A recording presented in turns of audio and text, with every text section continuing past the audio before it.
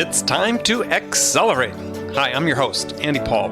Join me as I host conversations with the leading experts in sales, marketing, sales automation, sales process, leadership, management, training, coaching, any resource that I believe to help you accelerate the growth of your sales, your business, and most importantly, you.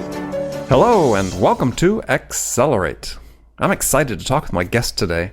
Joining me is Viveka von Rosen, who's a leading LinkedIn and social selling expert and author of the best-selling book, LinkedIn Marketing, An Hour a Day. Now, LinkedIn has become an indispensable tool for sales reps of all stripes, but like everything else in life, sometimes our favorites suffer from a little too much love. And you see increasing talk about LinkedIn succumbing to some of the overused spam tactics that plague email. And others are saying that, they're so done with LinkedIn. And yet, all of your prospects and customers are there. They're probably members of groups on LinkedIn. Maybe they're sharing and consuming content on LinkedIn. And it's very likely still the best way to connect with potential buyers of your products and services. So how has LinkedIn changed, and what do people think it is? Because I think there are misconceptions out there what it is. And was it really? And how should you be using it as a sales rep in terms of the tactics and techniques today to make connections with decision makers? So my guest today, Viveka von Rosen, is going to help us sort that all out. Viveka, welcome to the show. Thank you so much. It is absolutely a pleasure to be here. Well, good. Well, tell us a little bit about you. Fill out the introduction. Sure. So I am a serial business person, serial entrepreneur. I was introduced to LinkedIn, 10 years ago. Isn't that crazy? And it's funny. It seems much longer, but I know. Right? Well, it's been around for 13 years. Coming up on its 13th anniversary. But because it's 2016. I can do math. But I was introduced to it before really other social media was around. And so to me, LinkedIn's was a business tool. It was an amazing networking tool. Back in that day, 7 million members seemed like a whole lot. And since there was a virtual aspect to my business at the time, I dove in, feet forward, full, don't hold your breath, just jump in all the way. And, it was good timing. It was good timing because it'd been around for enough time that people kind of knew what it was, but not so long that there were thousands and thousands of other teachers and trainers out there, which, allowed me to establish myself as a LinkedIn expert. Plus, I got the Twitter handle pretty early. And I've been a mostly faithful fan of LinkedIn since then. They do test you though. They do. Yeah. They certainly do. In fact, I was on a webinar, or I was giving a webinar this morning, and I realized that one of the slides that I put in Monday, LinkedIn had made a change yesterday, which affected the webinar today, and I just had forgotten to take that particular part out. So that's how quickly LinkedIn can change. And, I'm on it all the time. So for sales professionals who are only on it some of the times, they can be completely overwhelmed and probably a little bit inhibited by some of the changes that LinkedIn is making.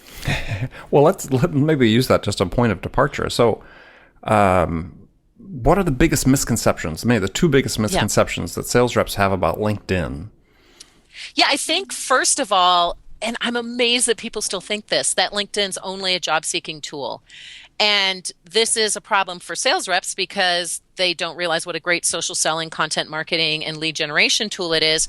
And it's a problem for the corporations who have the sales reps because some of them are very conservative and don't even want their sales force on LinkedIn just in case somebody comes in and steals them away. But the fact is... Wait. Seriously? You still see that? Unbelievably, I was working with a client 2 weeks ago. And that was the feedback. And I continue, when I do bigger webinars, especially on lead generation, that's the feedback I get is that, wow. What if my boss thinks I'm looking for a job, or, what if I get my employees all trained up on LinkedIn and then the next thing I know they leave me. And so there's very much still the misconception that LinkedIn is just for job seeking. And, I don't ever say it aloud, but I'm thinking to myself, well, if you suck that much, they probably should leave you. Well, yeah. Well. Also, I was going to say, I think one of the things that I see that's so funny, it's like, dude, take the seeking opportunities off your profile. I mean, that's a simple one. If you don't want your boss to be concerned about the idea that you might be looking for, just take that off your profile. And don't follow all those job seeker groups. Yeah, exactly. Exactly. So that's a huge misconception. And I think the other misconception, which harms LinkedIn, is that LinkedIn is a social media site. And, gasp. It's a business tool first that has a lot of social elements to it. It has a timeline, it has groups, but it is primarily a business tool. It's a connecting business tool. Maybe I'll go as far as to say it's a networking business tool. It's part customer relationship management, or CRM. It's part advertising platform. It's part blogging platform. It is more than just a social media site. And I think that harms LinkedIn because people aren't willing to invest in it. I mean, most people I talk to are not willing to lay down. Well, LinkedIn keeps raising the price, but now it's $59 to $79 a month for a premium account, because they don't know how to use the premium and what the difference is. And I think that's mainly because folks don't feel like they should have to pay for social media. We complain about promoting posts on Facebook and Twitter and that we shouldn't have to do it. And I know once in a while Facebook comes out with we're going to charge you $6 a month, and the whole universe gasps. But it really, if you consider what LinkedIn can do for you, especially some of the premium accounts like Sales Navigator. And by the way, I'm not an affiliate of LinkedIn. I get paid enough. In fact, LinkedIn doesn't really like me that much, so I'm not paid for promoting their premium accounts. But I think for sales professionals, it's an absolute must-have, and really 1 or 2 customers a year that you get through using a premium account on LinkedIn, and it's paid for. And in most cases, if you can prove that LinkedIn is generating income for your company, your boss is probably willing to pay for it too. Yeah, and so tell people about Navigator, because I think, again, this is another sort of misunderstood feature within LinkedIn that, as you said, has tremendous amount of value. Yeah, and especially if you're new to LinkedIn, it's almost better if you're new to LinkedIn to jump into Sales Nav right away. My dislike of it is LinkedIn has not figured out how to integrate it completely. I mean, Sales Navigator obviously is a LinkedIn tool and is part of LinkedIn, but you actually have to jump between your personal profile and between Sales Navigator. And so for me personally, I've got the business Sales Plus, Business Plus, I think it's called now. They also keep changing the names and the features. But I have a premium business account, and I've done a lot to sort and manage and organize and communicate with my audience on my personal account, and then Sales Navigator, which is really more of a customer relationship management tool that is synced alongside of LinkedIn. It's incredibly powerful, but almost I have to start from scratch if I want to use Sales Navigator. Now, what I will say about Sales Navigator, and I think this is a prime reason for all the changes on LinkedIn, the Sales Navigator inbox is so much better than the regular LinkedIn Messenger box. It's not even an inbox anymore. The ability to sort and see the communications of your prime prospects is huge. We can do that for free on Facebook using lists, but on LinkedIn, it's part of their premium package. You get your in-mails, which honestly, that's probably what most people think is the most important part of Sales Navigator. And that's just the ability to send a message to someone who you are not connected to. It's probably the feature I actually use the least. The search is very good on Sales Navigator, and it's very good on the regular platform as well. So what search capabilities do you have on Navigator that you don't have on the regular platform? Well, if you have the premium, basically, if you've got the premium on LinkedIn regular platform, it's the same as the Sales Nav. But if you don't, the ability to sort by company size is huge, right? The ability to sort by a person's position, not just their title, but are they an executive? Are they an intern? Are they free labor? Are they higher level? The ability to sort by the almost the net worth of a company, as well as things that are available on all platforms, the ability to sort by industry or company or title or keyword. But the Sales Navigator is a little bit more sophisticated than the regular platform. And so do you see the day coming when LinkedIn, sort of says, okay, we need to, they've always had this, I say, sort of fit and starts where it used to be how they interact with outside applications and so on. Do you see that they're going to want to embrace outside applications more, or they want to stay their own ecosystem? No, most definitely their own ecosystem. In fact, I was amazed when they even like disassociated from Salesforce. I mean, that was one of the main U.S. unique selling propositions of buying Sales Navigator, is if you were a large corporation, you had Salesforce. They intertwined so well. There are so many third-party apps that I have used throughout the years that are no longer working with LinkedIn. Mm-hmm. And what a shame, really, what a shame. So yeah, they are totally isolating themselves. I don't, Jeff Weiner is the head of a multi-billion-dollar company. He probably knows more than I do, but I will say that is not the way I would have gone. I think the fact that they're isolating so much is going to cost them business in the long run. And really, what's any network, whether it's a business network or a social network, a whole network's worth is its membership. Mm-hmm. And so if they start to, they're really disenfranchising is that the right word? Sure.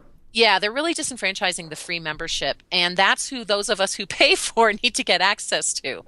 And so we'll see what happens with these changes. Either people are going to be educated and understand that they're going to need the premium account really to do what they need to do on LinkedIn, or they're going to say, as you mentioned in the prequel to this conversation, LinkedIn doesn't work. I'm going to go use something else. Yeah, and that's sort of an interesting scenario to contemplate because, again, how many hundreds of thousands of subscribers in sales or using Sales Navigator, building up all this content networks and so on that it's not portable at all.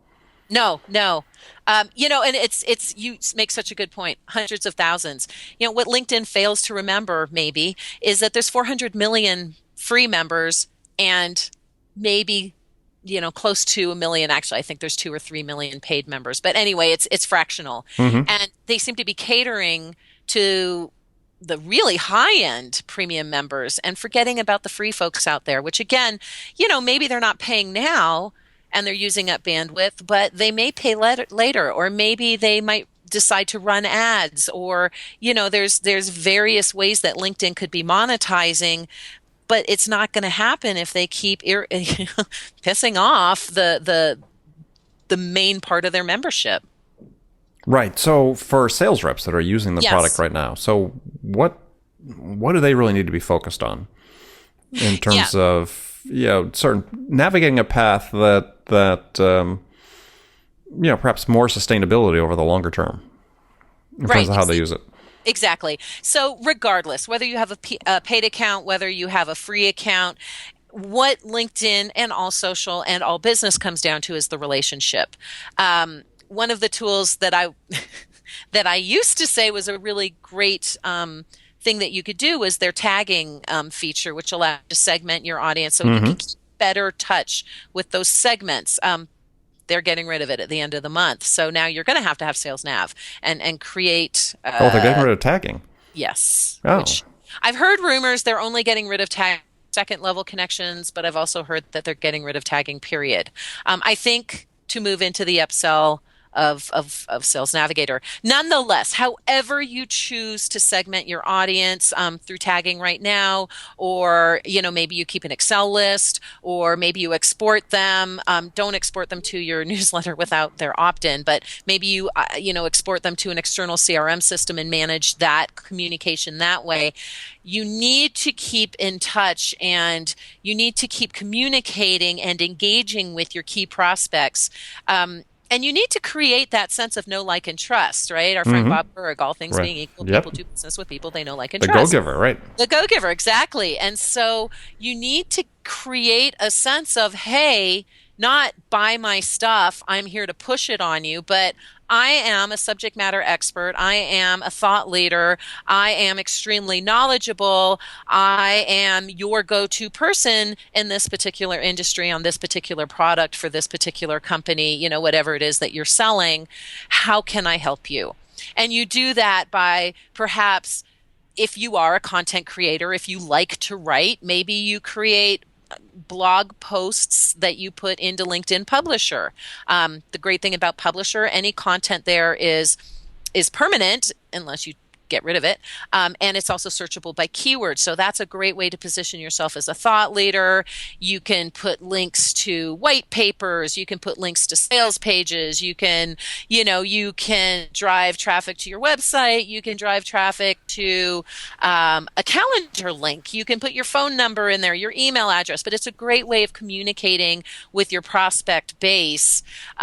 Similarly, you're going to want to share updates, not always buy my stuff, but hey, if you happen to sell, I'm looking around my desk, you happen to sell microphones, and you know that one of your audience is bloggers, you find a great checklist, it doesn't have to be your own. You don't have to create it, by the way. You can be a curator of content. What's a great checklist to make sure that you have everything in place before you start your Skype interview, and you share that as a piece of content coming across as someone helpful and useful. You Right. do that enough times, right?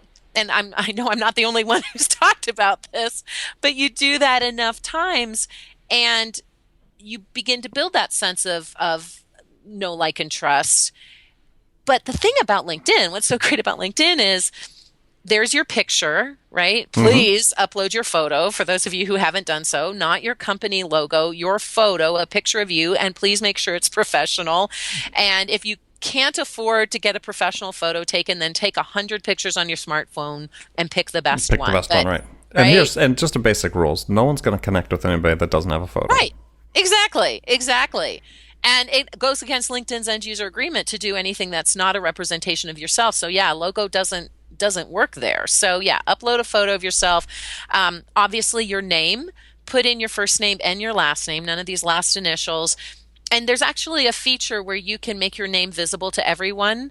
It's just in edit. It's a little drop down in your name section. Make sure your name is visible to everyone. LinkedIn continues to make it harder and harder, especially for free users, to see who they're connecting with. But if you make your name visible to everyone, and if you make your photo visible to everyone, at least it's something. Right. And then in your professional headline, don't do just like sales rep at Amco.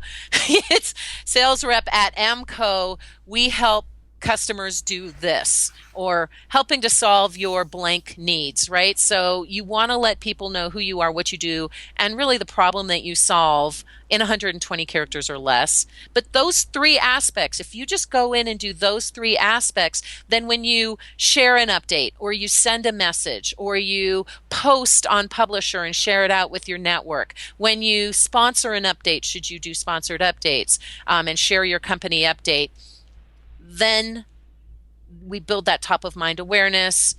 And because you've got, hopefully, your contact info in these various pieces of information that you're sharing across LinkedIn, it helps to drive leads. It just simply does. And I hate cold calling more than anything. Like, I sold cars for a while, and there was nothing worse than getting that huge list of prospects that I had to call who didn't want to talk to me, and were interested in buying a car. In fact, hated me because I sold them. I'm not going to say the brand name vehicle, but You weren't getting a lot of referrals, is what you were saying. I was not getting a lot of refer. They liked me. They didn't like the vehicle, but nonetheless, it really. I think that's one of the reasons why I am such an advocate for LinkedIn, and I'm such an advocate for social selling, and I'm such an advocate for salespeople who don't maybe like to make phone calls. And there's a psychology around it too, because as a salesperson using LinkedIn, yes, you are of course sharing content and sharing information out, outbound selling, as it were, but you're also using LinkedIn to research your customers and your prospects. And I think psychologically, if you can do enough research on a prospect, and you can follow their Twitter stream, and you can see their activity on LinkedIn, and you can, read through their whole profile, you get a real sense of who they are. And really, never mind them, for yourself, you feel more comfortable. So when you do pick up the phone, it for yourself at least the call feels warmer. And then that whole intrepidation, if you are like me and you don't like cold calling, that intrepidation doesn't come across, that Right. fear doesn't come Right. across. And so it's really great on inbound and outbound for both those reasons. Okay. No, it's great stuff. And I want to come back and talk about, we're going to take a short break, but I want to come back and talk about the whole curation and the content sharing, because I think the sales reps really don't understand the right perspective to have on that. And so I want to talk about that with you when we get back. So be back in a second with my guest, Viveka von Rosen. Hi, this is Andy. Connect and Sell is used by sales reps at nearly 1,000 companies, including hundreds of technology startups and several Fortune 500 companies, to overcome the challenges of getting prospects on the phone. Companies using Connect and Sell grow their revenues faster by enabling their sales reps to have more sales conversations in 90 minutes than they could otherwise achieve in an entire week. Connect and Sell can be deployed directly to your sales reps, or you can take advantage of their outbound on-demand service, which delivers qualified prospect meetings scheduled directly on your sales reps' calendars. Visit connectandsell.com to learn more about how Connect and Sell can start filling your pipeline today. Okay, we're back with Viveka von Rosen. We're talking about LinkedIn. And before the break, we were, again, talking about content curation. And the perspective I think sales reps don't have that they need to have is that, they're taking the long view here. Right. I mean, content sharing is not about, I'm going to get this prospect today. I mean, it might be. You might have something specific you share with somebody. But in general, what you're trying to do with the sharing of content, and that salespeople, the hair goes up on the back of the neck. So when they hear about this, I'm a sales rep. I don't do that. I don't write. It's like, on the show, we talk a lot about reading and the importance of continually reading. And part of your reading is not just books, but also something about your customers, the industry you're serving, the customers you serve. And through reading, you're not only going to learn something yourself about your customers, but you're going to find content that you want to share with them that they might find valuable. And they're going to get in the habit then of saying, well, gosh, when I get something from Viveka, I need to open that because that's worth looking at, because she's trained to me that she always sends me something that's worth, or shares something that's worth reading. And exactly. That's really the point you're trying to get to, because you live and you work as sales reps in this extremely crowded, busy environment where 99.9% of the sales reps are sending what I call large volumes of undifferentiated messages. Exactly. Exactly right. And no one cares. And no one cares. So how do you stand out in that situation? Well, you stand out by giving the customer something that they might be interested in, that helps them in their job, helps them with the job they're doing, helps them with the job, which at one point may be evaluating a product or service to purchase like yours.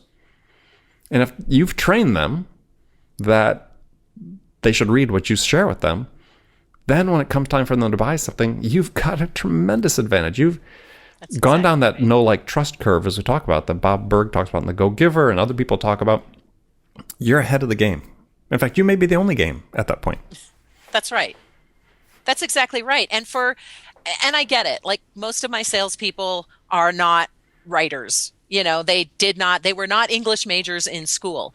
But here's the thing. It's really helpful if you are your client, meaning that if your client is the same sex, same education, has the same needs that you have, that's perfect, because when you're browsing Google, business only, folks, but when you're browsing Google and you come across an article and you like it, well, if you are your audience, then guess what? They'll like it too. And almost every article, almost every blog online has a LinkedIn sharing button on it now. If not, just Google LinkedIn sharing bookmarklet and you can pull one into your browser and you can share anything online. That is business focused. Now, if you are not your ideal client, you have to be very, very clear on who your ideal client is and what their needs are and what their frustrations are and what their points of pain are. And again, it's not that you have to create all the content yourself. You can just find something that they will find interesting and you share it in a way as if you were speaking to them. As a woman starting her own business in California, are you frustrated by ... Mm-hmm. Here's a link, blah, blah, blah. And you're speaking to your exact audience, if that is your exact audience. And then as far as creating content for LinkedIn Publisher, our friend Dave Kirpin is a prolific writer. I mean, he's got, I don't know how many, 13, 14 books, something like that. His latest one just came out, right? But if you look at his LinkedIn published posts, they're book reviews, they're quotes from other people. So it's not that you have to, I mean, it would be great if you could post a published post every week, but who has time? But if you are reading a book anyway, because we like to read here, if you're reading a book anyway, pull a couple quotes that you like. I think on Kindle you can even copy and paste them into a notepad or into Evernote. Right. Compile a few quotes that you like, add a little formatting to it, bam, send it off as a published post, because you are just curating good content. Now, if you love to write, if you're an amazing writer, if you love creating content, then maybe you've got a little bit of a leg up in the world of social selling. But guess what? Even a great writer, a great social selling writer, if they don't actually write, you still have the edge over them. Yeah, well, that's exactly right. Right? And without using the word "right" too often, Right. that last paragraph, but the A writer who writes, right? Yeah, right. So, now I'm losing my train of thought. But no, the great tool that still exists that so few people use is Google Alerts. Yes. I mean, Right? so if you sell into a specific industry, set up Google Alerts for keywords that are going to apply to your business, your customer's business, and so on. And every day, Google does you the favor of compiling this information, sending it to you in an email. And, maybe a couple times a week, you find something in there that's really cool that you want to share with your entire network, or maybe with just specific companies, specific prospects that you've been working and developing. And that's, or maybe, right, or your podcast junkie. Great. Share this podcast. Right? Share this podcast with your friends. Absolutely. And with a couple of points like, I didn't know this about LinkedIn, blah, blah, blah. Find out more in this podcast. And it's not, well, thank you very much. You are selling Andy and I. But it's not so much that you're selling us as you're positioning yourself, again, as someone who is a thinker, a listener, someone who continually educates themselves, someone who is invested in their audience. And that is the perception that we're trying to build here. Yeah. And it's a great way to recreate yourself. Yes. Right? Yes. I mean, you said, being your customer, but in some cases, it's a matter of being who you want to be. And some of these habits and disciplines that you can develop using a tool like LinkedIn are going to flow over to every part of your selling, right? You're going to learn how to listen better. You're going to learn how to ask the right questions more proficiently. And, if this is a way that stimulates that, then use this tool to do that. That's right. And, give it a chance. Give it 30 days. If after 30 days you haven't made strong relationships with potential prospects, or you haven't sold something through LinkedIn, then maybe it isn't for you. But take these practices, give it 30 days, and what I think you'll discover is that, wow, there is a mountain of money out here waiting for me, and I just have to dip my hand in, but I need to know how. Yeah. Yeah, I mean, part of it is too, it's just a matter of sort of raising your hand. Yeah, because exactly. As the people listening to the show need to understand, and it's not the first time I've brought this up, is that in most marketplaces, you've got a lot of competitors. You're basically all saying the same thing to your prospects. Products all basically do the same things as much. And I know you love your product, but the hard fact is that within a very narrow range, they all pretty much do the same thing. So on what basis is the customer going to make their choice to choose you? That's such a good point, because there are a lot of LinkedIn experts out there. Not so much when I started, but now there are a lot of LinkedIn experts out there, and most of them are actually friends of mine. And we absolutely teach pretty much the same thing, because as you can imagine, there's only so much that you can do on LinkedIn. So it comes down to voice and personality. It comes down to, who do you jive the most with? If you jive more with Neil, then you should totally work with Neil. If you jive more with Bryn, then you should totally work more with Bryn. If you jive more with Andy, then work with Andy. If you jive more with me, then great, let's work together.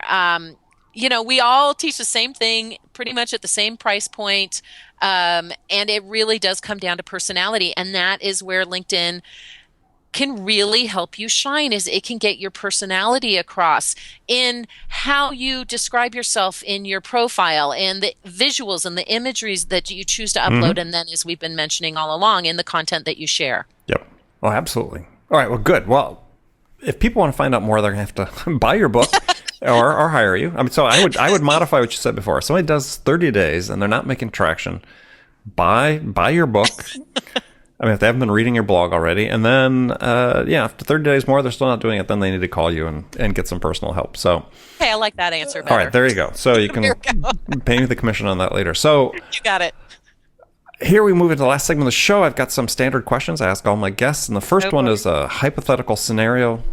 Is you've just been hired as a sales leader at a company whose sales have stalled out. They desperately need to be turned around and turned around quickly. So your first week on the job, what 2 things could you do that would have the biggest impact? Well, first of all, you need to find out why things are stalling. So you need to talk to every single salesperson. You need to research. Well, of course, I would research them on LinkedIn, see if they're on LinkedIn, and find out what they're doing. Because chances are, if sales are stalling, they're not listening.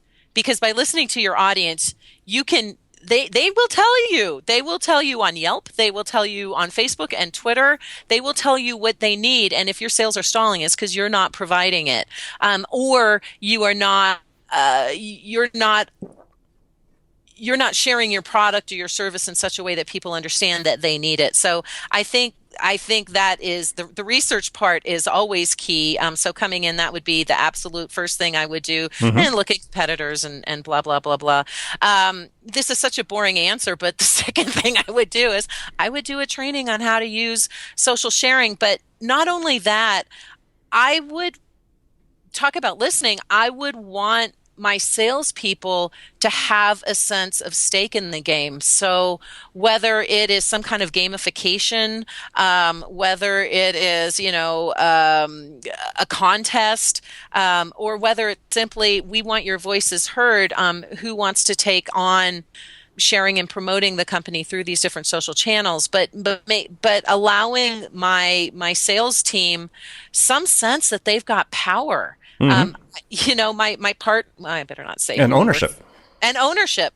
My partner works for a really big conglomerate, and I got to tell you, it's so frustrating when his sales reps feel like they're not heard, because he's exactly in that position. He just came in and he manages his team now, and that's a complaint. My sales reps, they need this. They're asking for this, and the company's unwilling to listen and or give them what they need. So, maybe one of the biggest, if you're coming in and you're managing a team, guess what? You get to be the go-between between the executive office and your sales reps, and you need to be on their side. You need to be on your sales team side. Okay, good answer. All right. So, last thing is we do some rapid fire questions. You can give me one-word answers, or you can elaborate to your heart's content. The first one is, when you're selling, what's your most powerful sales asset? Oh, very good. I don't give short answers, by the way. No, go ahead. Yeah. I think it is. Oh man, I should have read these first. I really think it is the ability to empathize. Not necessarily sympathize, but to empathize with my audience and with my client. And I think a big part of that is listening. Yeah. Oh, yeah. Absolutely. Yeah. And also I think it's important to draw the distinction as, customers, they want your empathy. They don't want your sympathy. Right. So no, exactly. You have to put yourself in their position, but not so much that you can't see their true point of pain, because they will tell you all day long, I need more customers. When really, the what they're really afraid of is losing their job because they haven't met their quota. Right. So how can we assure them that, this LinkedIn training will keep you from losing your job, or will give you a little bit more time off so that you can spend it with your ailing mother, or whatever it is. So you have to be able to empathize enough that you can go a little bit deeper into what their true need is. Okay. Next question. Who's your sales role model? Bob. Bob Burke. Bob Berg, You know, yeah. seriously, if you've ever seen, I've seen him in action, like as just a sales guy, and of course I've seen him speak, and he's a friend of mine, and oh my God, the guy just blows me away. I mean, he gets it, the whole go giver thing. I Yes. mean, that's what got me started on this path, quite honestly. Very Yeah. interesting. Okay, Yeah. well, yeah, he's been on the show. His episode's gonna actually by the time your episode airs, his will have aired already. So I'm not kidding. Oh, that's so cool. I didn't hopefully even people listen realize to it. that. So that's awesome. And if you You didn't should listen to see it, go back and listen to the Bob Berg episode. Totally, you need to. He's yeah, he's probably one of my main mentors in business. Got it. So maybe other than Bob's book, what's the one book every salesperson should read? Oh God, they keep changing, right? My book, no. Well, this is more for marketing though. The one I'm using right now is Ask, Ryan Levesque's Ask. Mm-hmm. Anything duct tape, anything. Right. Um, yeah, there's just I'm seriously Leaders Eat Last, right, by Cynic. I mean, there's just That's true. It's a some good book. great books It's a good out book. there, right? Yeah, I just who can pick one. If you looked at my Kindle, it's almost all business books, and it's almost all about 40% read. So Yeah, we just had an shiny object, new book. Yeah. Well, and I think that's okay. I mean, so I think I just had a guest on the show, John Spence. We were talking about Yep. how he reads books, which is the same way I read business books, which is I sort of semi-scan, but I'm looking for specific actionable things that I can take out of the book. So it's a very, you develop a style for reading that enables you to just consume a lot of content, but pick out the nuggets. Yeah, And that's, so if you're only 40%, yeah, you're probably good. All right. So toughest question of the day is what music's on your playlist? Oh God, everything. Except for country. I don't have anything country. Sorry, I just can't stand country music, which is I probably shouldn't say that out loud in case No, it's okay. anyone's That's okay. from the South. But honestly, I've been such a David Bowie. I cannot believe he's dead. I've been such a David Bowie fan my whole life. So Black Star's on there, but I also love 21 Pilots.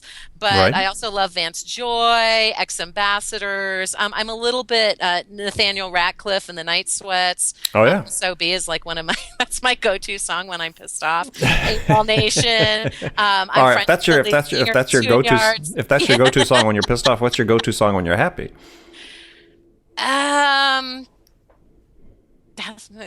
Darn you in these hard questions. Really, anything. It's whatever pops up at the right time on my playlist. All right. We'll let you go. We'll let's just slide on that one. So, last question then. The one question you get asked most frequently by salespeople. Does LinkedIn work?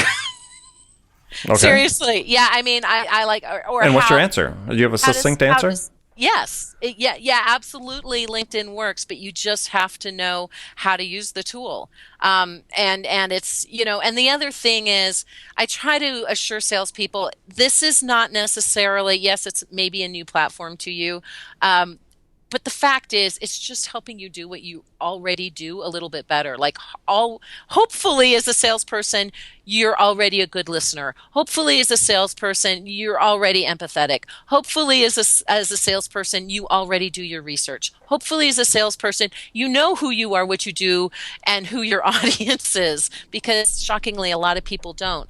So if you've already got, hopefully you're good on the phone, because it always comes back to the live relationship. Exactly. I mean, I've maybe 1% of my business on LinkedIn is done completely through LinkedIn, right? 99% of it, at some point, we have to talk on the phone, or at some point, we have to meet in real life. So, just understand it's just a platform that's going to help lubricate the process of engaging with your prospect base. It's and getting to that face-to-face moment, that person-to-person moment. Face-to-face, that person-to-person. That's what selling is still. Yeah, I know, and people who have read my books understand that they're mostly about that, right? It's I call sort of the last mile selling. Okay, you've got to that point where you've got them now. Now what do you do? Now what? Yeah, and that's Yeah. where the fail is. That's where 90% of the fail is. They might do a great job of social selling, and they never pick up the phone. I got 2 clients last week just because they said, oh, your phone number is right on your background image on LinkedIn. And when I called it, I either answered or my assistant answered, but someone got back to them within 24 hours. And Right. shockingly, people don't do that Yeah. anymore. Well, Right? yeah. Well, again, people follow my stuff, zero time selling. Yeah. There's a reason it's zero time selling. Is that I hate being on airplanes because if somebody's called me, I've know. got 2 hours till I get back to them because I try to get back immediately. So Yeah. I think it's important. All right. Well, Viveka, I really appreciate you spending the time with us today, and tell folks how they can find out more about you. Sure. So right now still anyway, if you Google LinkedIn expert, I should be the first LinkedIn profile that shows up. Thank you, LinkedIn. Thank you, Google. I'm Viveka at linkedintobusiness.com. My website's linkedintobusiness.com. Please feel free to reach out to me, invite me to connect. Let me know if you invite me to connect on LinkedIn that you heard me on this show, and only because I'm at my 30,000 limit. So I need to get rid of people to get you in. But yeah, if you customize an invitation and say, hey, I listened to you. You heard it from Viveka. If you heard from this show, she's going to deep sick somebody in her network to make room for you. I'm going to deep sick someone to make room for you. So Excellent. The power of the podcast. I love it. Exactly right. And I'm at LinkedIn Expert on Twitter. I'm at LinkedIn Expert on Instagram, and I'm LinkedIn Expert on YouTube. I didn't make it that day. I'm not kidding you. I took that Friday off on Facebook that they did the customized URL. So Right. someone else is LinkedIn Expert on Facebook, but I'm everywhere else. I got almost everything else, so we're good. I'm sure you could pay somebody to take care of that person on Facebook I too. So. probably could. All right, there we go. All right, well, Viveka, thank you again. And remember, friends, make it a part of your day every day to deliberately learn something new to help you accelerate your success. And subscribing to this podcast is an easy way to do that, because then you'll make sure you don't miss any of my fascinating conversations with my guest today, Viveka von Rosen, who shared her expertise about how to accelerate the growth of your business. So thanks for joining us. And until next time, this is Andy Paul. Good selling, everyone. Thanks for listening to the show. If you like what you heard and want to make sure you don't miss any upcoming episodes, please subscribe to this podcast on iTunes or Stitcher.com. For more information about today's guest, visit my website at andypaul.com.